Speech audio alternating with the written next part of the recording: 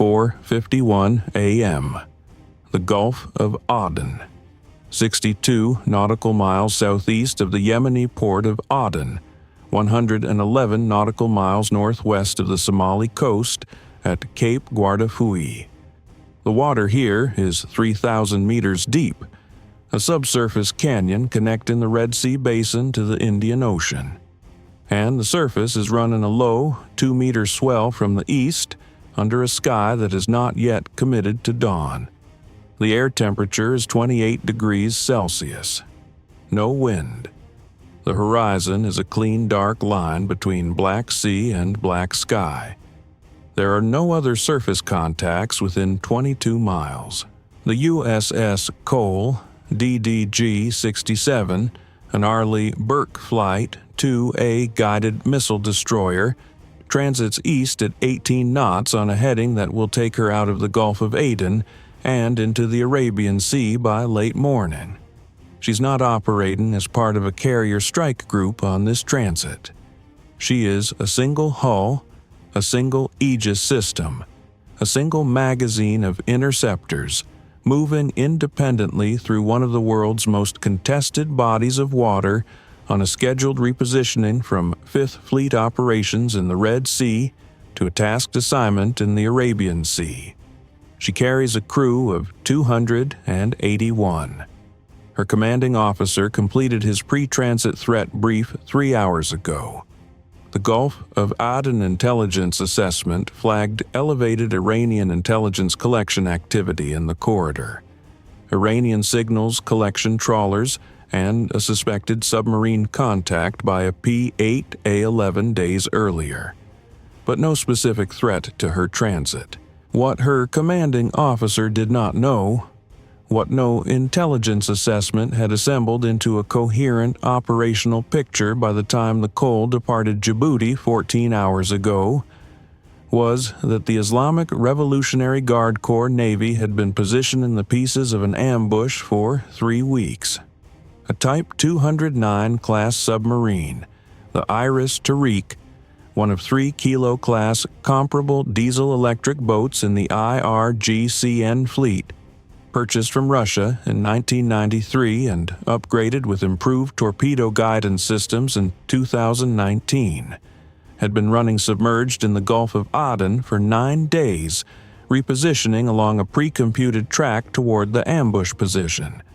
The IRIS Tariq's mission was simple: reach a position on the Cole's predicted transit route 24 hours before the American destroyer passed that point, settle to the bottom at 65 meters, shut down all non-essential systems, and wait.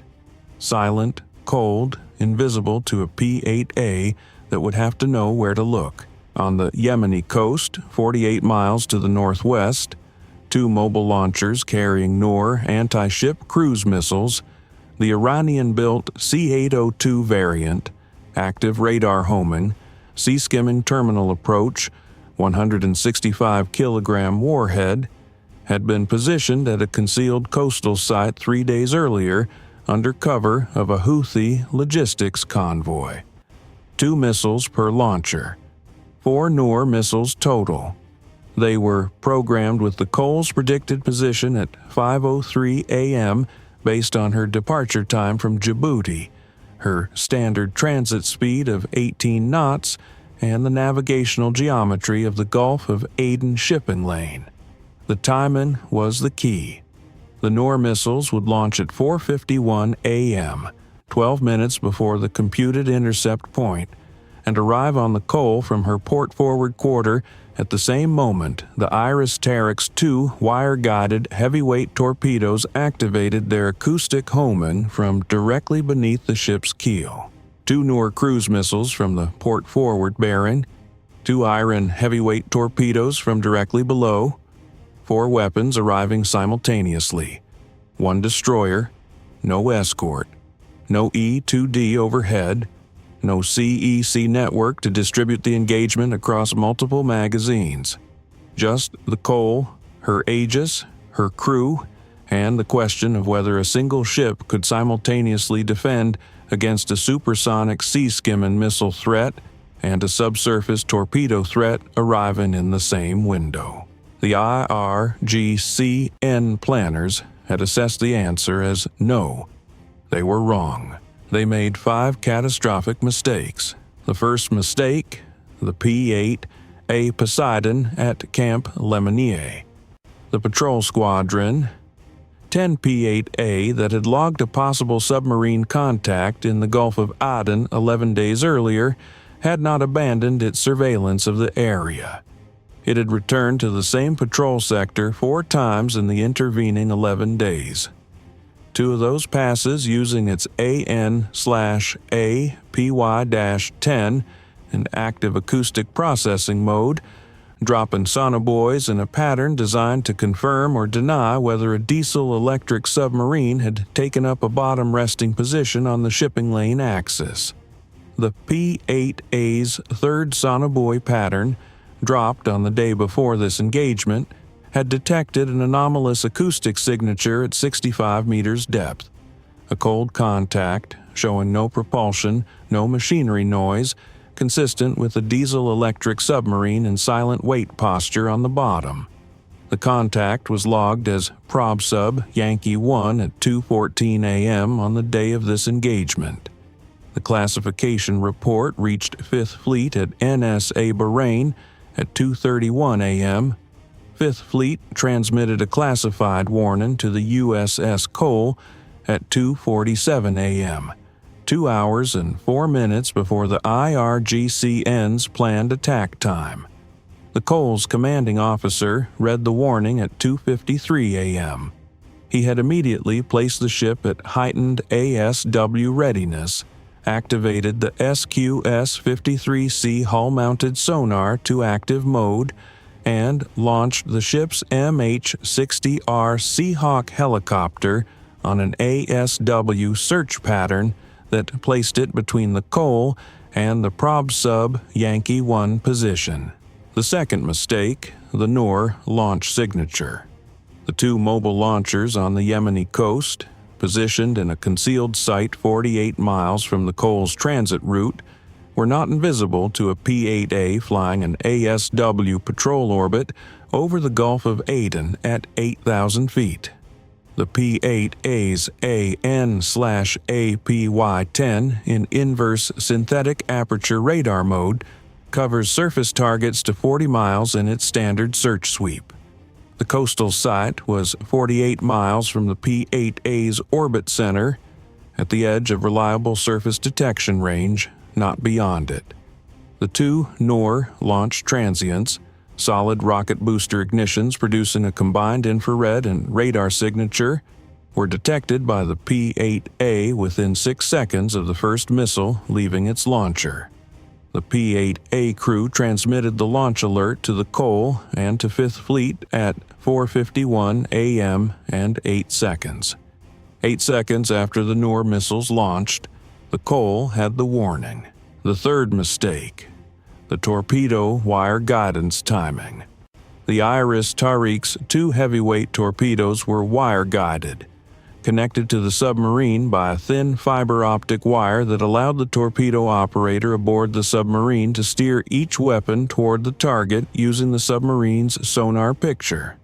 Wire guidance is used specifically for engagements where the acoustic homing seeker might be confused by a target's countermeasures. The human operator keeps the weapon on track until it is close enough for the active acoustic seeker to acquire reliably. Wire-guided torpedoes are slower to reach terminal homing than free-running acoustic weapons, because the operator is managing the guidance actively and cannot push the weapon to maximum speed without degrading the wire's signal integrity. The 2 IRIS Tariq torpedoes were estimated to reach terminal acoustic homing range, the point where the wire would be released and the seeker would take over, in 4 minutes and 20 seconds from firing. The Cole's MH-60R Seahawk, already airborne on ASW search between the ship and Yankee 1, was in position to deploy its AN/AQS-22 dipping sonar directly over the torpedo tracks within 90 seconds of the P-8A's Noor launch warning. The wire-guided approach that was designed to ensure accurate terminal homing instead gave the Seahawk crew 4 minutes and 20 seconds to characterize the torpedo tracks, prosecute Yankee 1, and execute countermeasures. The fourth mistake: the simultaneous arrival coordination.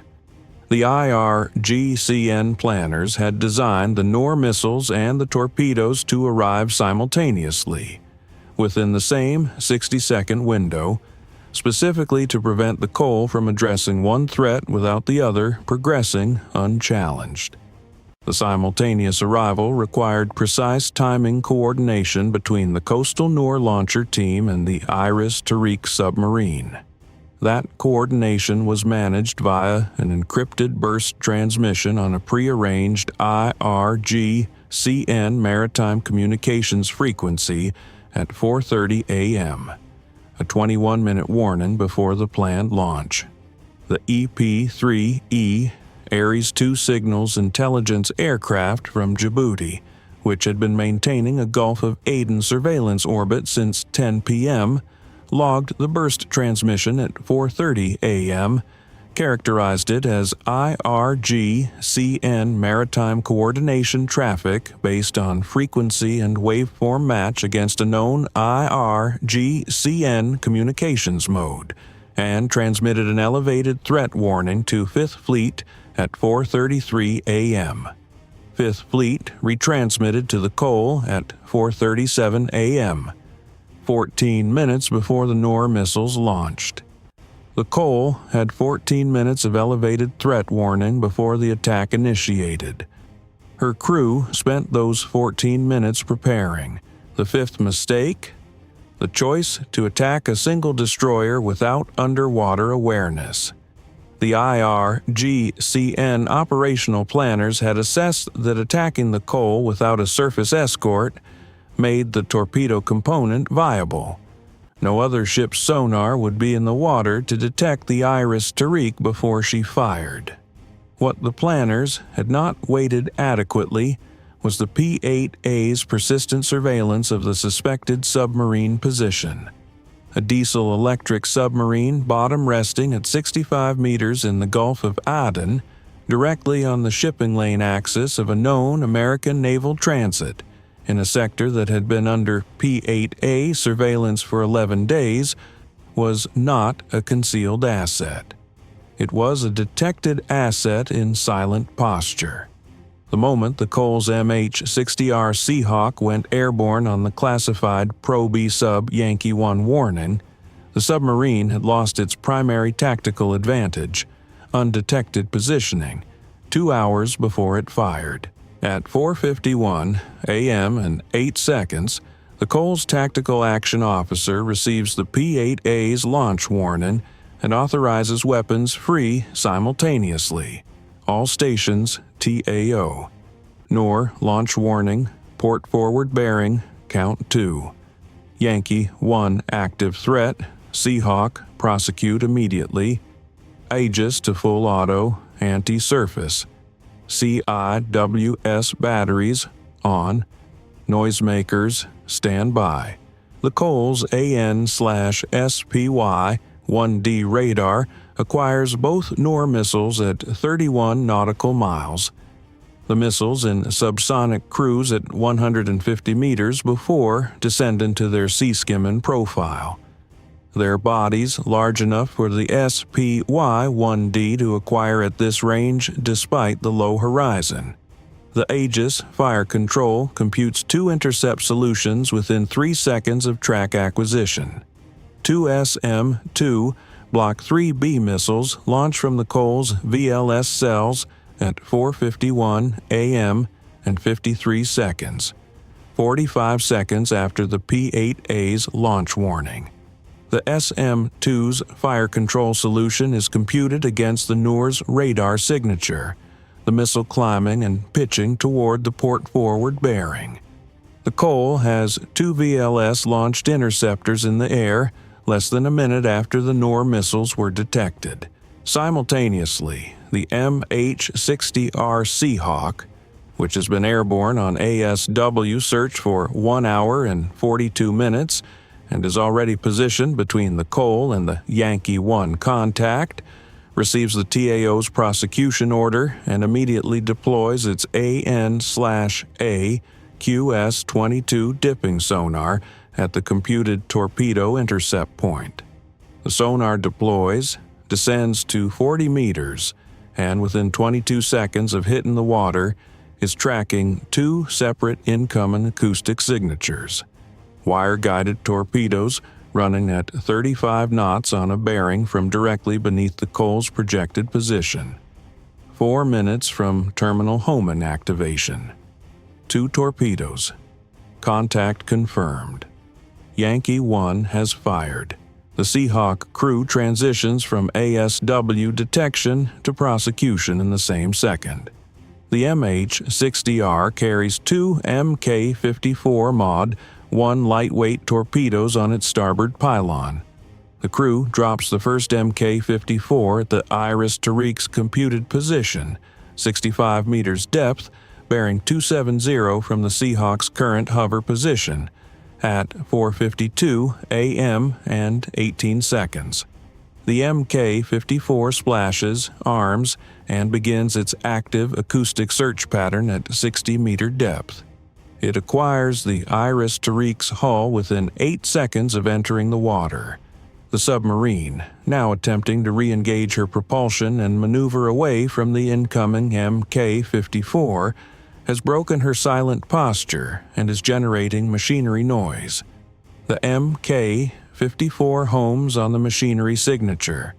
Impact at 4:52 a.m. and 41 seconds. The IRIS Tariq's pressure hull is breached. She will not fire again, but the 2 wire-guided torpedoes she launched before the Mk-54 impact are still running. The wire goes silent the moment the submarine loses propulsion integrity. The operator can no longer steer the weapons. Both torpedoes immediately transition to free-running acoustic homing mode. Their acoustic seekers activate. They are 3 minutes and 12 seconds from the Cole's current position. The Cole's SQS-53C hull-mounted sonar is tracking both incoming acoustic signatures in active mode, their bearings updating every 2 seconds on the Combat Direction Center display. TAO, sonar, 2 torpedoes inbound, bearing 269 and 273, range 3,800 meters, speed 35 knots. Time to impact estimated 3 minutes. The Cole executes the standard acoustic torpedo countermeasures sequence. Maximum rudder to present the narrowest possible stern aspect to the approaching torpedoes. Reducing the acoustic cross-section the seekers are tracking, while dispensing 2 AN/SLQ-25 Nixie torpedo acoustic decoy sets from the stern launchers. The Nixie decoys stream astern on thin cables, their noisemakers generating acoustic signatures designed to present a more attractive homing target than the Cole's hull. The rudder order also accelerates the ship to maximum speed, 28 knots, creating a thermal wake differential behind the stern that complicates the acoustic seeker's ability to separate the Nixie signatures from the hull noise ahead of them. At 4:52 a.m. and 29 seconds, simultaneously with the Cole's torpedo countermeasures, the first SM-2 Block IIIB intercepts the lead Noor missile at 11 nautical miles from the ship. The SM-2's infrared terminal seeker has acquired the Noor's turbojet exhaust against the dark sea surface and guided to proximity detonation. The Noor's warhead and guidance section are destroyed by the continuous rod fragmentation pattern. The casing falls into the Gulf of Aden. The second SM-2 intercepts the trailing Noor at 9 nautical miles, 22 seconds after the first intercept. Both Noor missiles eliminated. 0 reach the Cole. The 2 inbound torpedoes are now at 2,100 meters from the Cole's stern, closing at 35 knots. Their acoustic seekers track in the combined noise field of the Cole's hull and the 2 Nixie decoy streamers. The countermeasures doctrine is working. Both torpedoes have shifted their homing angle 2 degrees toward the Nixie signatures, tracking the decoys rather than the hull.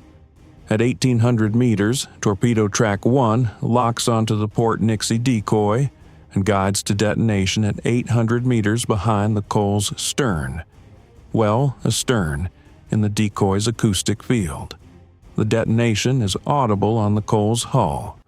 The shock wave is felt on the fantail. 30 meters of ocean spray. No structural damage. Torpedo track 2 is more persistent. Its acoustic seeker, tracking a slightly different frequency band, has not committed fully to the Nixie decoy signal. At 1,500 meters, it is still tracking a homing point between the Nixie and the Cole's hull. The Cole's commanding officer orders the second Nixie set activated, a more powerful acoustic emitter that floods the torpedo seeker's frequency band with a composite signal. Torpedo track 2 shifts toward the stronger Nixie signal at 1,200 meters. It detonates at 940 meters behind the Cole's stern. The shock wave is sharper than the first. The Cole's crew on the fantail feel the concussion through the deck plates. 0 hull penetration. The torpedoes have found the decoys. The Cole is undamaged. 4:55 a.m. and 12 seconds. 4 minutes and 4 seconds since the Noor missiles launched from the Yemeni coast. 2 Noor anti-ship cruise missiles, both intercepted by SM-2 Block IIIB. 2 IRGCN heavyweight torpedoes, both decoyed by AN/SLQ-25 Nixie systems, detonating in the Cole's wake astern. IRIS Tariq, neutralized by MH-60R Seahawk Mk-54 torpedo at the firing position. 0 weapons achieved hull contact. 0 structural damage to USS Cole. 0 American casualties. The Cole's commanding officer keys his radio. 5th Fleet, Cole actual. All threat tracks neutralized. 0 hull damage, 0 casualties. Yankee 1 prosecuted and neutralized. Requesting authorization for Anvil Gulf response. Time-sensitive targets in window. Authorization from 5th Fleet arrives at 4:57 a.m. and 19 seconds. Anvil Gulf authorized. Execute all packages. At 4:58 a.m., the Cole opens 8 VLS cells. 8 Tomahawk Block 5 missiles launch from the destroyer's forward deck in a 10-second ripple, heading northwest toward the Yemeni coast. 3 target complexes. Target Complex 1. The 2 Noor missile coastal launcher positions 48 miles northwest of the Cole's position. The P-8A's ISAR radar had maintained continuous track on both launcher vehicles from the moment of missile launch, following their post-launch dispersal routes along the coastal road network. The launcher vehicles had traveled 4 kilometers northwest and 2 kilometers northeast, respectively, from their firing positions in the 3 minutes since launch. Both vehicles were still moving when the Tomahawk's GPS coordinates were updated via data link from the P-8A's real-time track. 4 Tomahawks, 2 per launcher vehicle, the second following the first by a 6-second interval to compensate for the vehicle's movement during the Tomahawk's flight time. The first vehicle is struck at 5:11 a.m., the second at 5:13 a.m. Both launcher vehicles mission neutralized on the coastal road, their positions confirmed by P-8A FLIR post-strike assessment. Target Complex 2. The IRGCN Maritime Operations Coordination Facility near Aden. The shore-based node identified by EP3E signals collection as the source of the 4:30 a.m. burst transmission that had coordinated the simultaneous attack.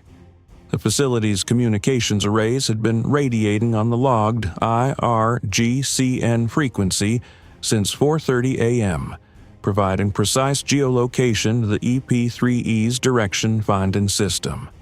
2 Tomahawks. The communications arrays take the first warhead. The main building takes the second Block 5 warhead. The facility's communication signature goes silent at 5:16 a.m. Target Complex 3. The IRGCN's forward submarine support element at Aden Harbor. The logistics facility identified in satellite imagery as the installation that had provided the IRIS Tariq with her final resupply and technical support before she transited to her ambush position. A pierside facility with fuel and torpedo storage. 2 Tomahawks. The torpedo storage building takes the first penetrating warhead. The fuel facility takes the second with incendiary delay fusing. Secondary detonations confirm stored torpedo propellant ignition. At 5:04 a.m., the MH-60R Seahawk, which has completed its IRIS Tariq prosecution and confirmed the submarine's neutralization by acoustic signature, is retasked to post-strike BDA over the torpedo detonation points astern of the Cole, confirming no debris field that would indicate the Nixie systems were damaged rather than effective. The acoustic decoy detonation points show clean water entry and detonation patterns consistent with successful decoy engagement. No hull fragments. The Cole is intact. At 5:09 a.m., the P-8A Poseidon completes an active sonobuoy pattern over the IRIS Tariq's last logged position and detects no residual acoustic signatures consistent with a functional submarine. The contact is logged as neutralized. A search pattern over the surrounding 2-mile radius detects no additional submerged contacts. The Gulf of Aden is acoustically clear. Battle damage assessment, 5th Fleet Intelligence at 8 a.m. 2 Noor coastal launcher vehicles, both located on post-launch dispersal routes and neutralized by Tomahawk Block 5. IRGCN Maritime Coordination Facility near Aden. Communications destroyed. Main structure severely damaged, non-functional. IRGCN Submarine Support Facility at Aden Harbor. Torpedo storage and fuel facility destroyed with secondary detonation. IRIS Tariq, Type 209 submarine, neutralized by MH-60R MK-54 at firing position, confirmed by P-8A acoustic search. Estimated IRGCN personnel casualties, 28 to 44. American losses, 0. USS Cole, 0 structural damage. 0 personnel casualties. 0 hull contact from any weapon. At 5:22 a.m., the Cole secures from general quarters and transitions to heightened alert status. Her MH-60R recovers aboard. The crew debriefing with the ASW coordinator as a second helicopter is launched on expanded area search. The Cole resumes her easterly transit at 18 knots. The Gulf of Aden is quiet. The P-8A maintains its orbit overhead, its sonobuoy pattern refreshed every 40 minutes, watching the water below. The IRGCN had constructed a layered ambush specifically designed for a single destroyer operating without surface escort or overhead air defense cover. The scenario they assessed as the most vulnerable configuration an American warship could present in the Gulf of Aden. They had correctly identified the tactical vulnerability of a single hull against simultaneous surface and subsurface threats.